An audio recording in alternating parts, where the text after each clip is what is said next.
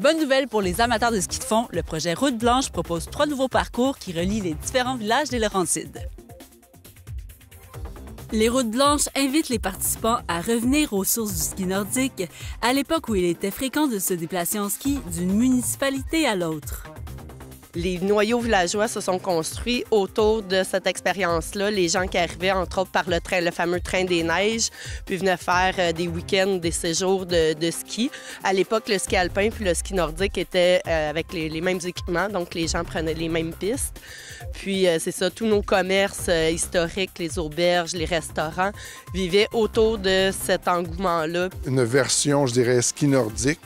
De ce qu'on a connu probablement à l'époque du petit train du Nord où les gens pouvaient aller de village en village avec le train, skier, rembarquer dans le train et continuer. Les itinéraires proposés sont d'une durée de 2 à 3 jours et s'adressent à des skieurs expérimentés. Pour l'instant, c'est 3 parcours qui se répartissent sur le territoire des Laurentides, de Tremblant à Prévost, puis dans l'ouest du territoire de Mornite à Sainte-Agathe. Pour cette première année d'activité, l'expérience est offerte en mode guidé.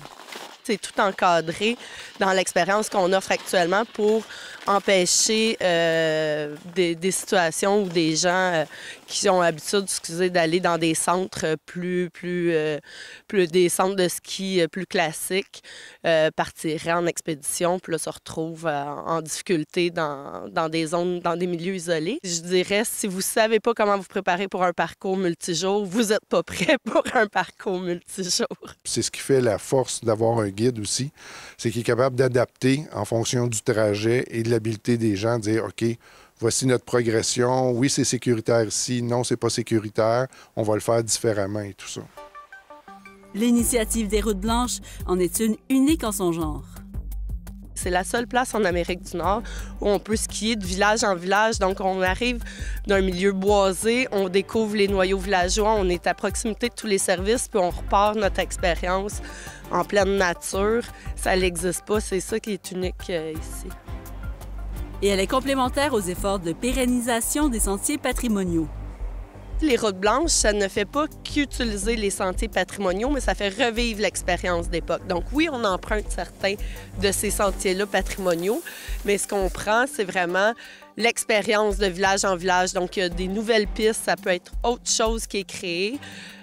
Donc c'est en parallèle, un va servir à l'autre. Le développement du projet a été rendu possible grâce au soutien de la MRC des Pays d'en haut. Tous les arrêts qui vont se faire au niveau des commerces, au niveau des auberges et tout ça. Fait que c'est difficile à évaluer directement combien est-ce que ça peut rapporter, mais c'est sûr que, puis si on compare directement au parc linéaire et au corridor aérobique, ça l'amène du dynamisme dans nos villages, là. Ce qui fait que c'est payant. C'est donc un début prometteur pour les Routes Blanches et les promoteurs n'excluent pas l'option d'éventuellement interrelier les parcours pour offrir des séjours de plus longue durée.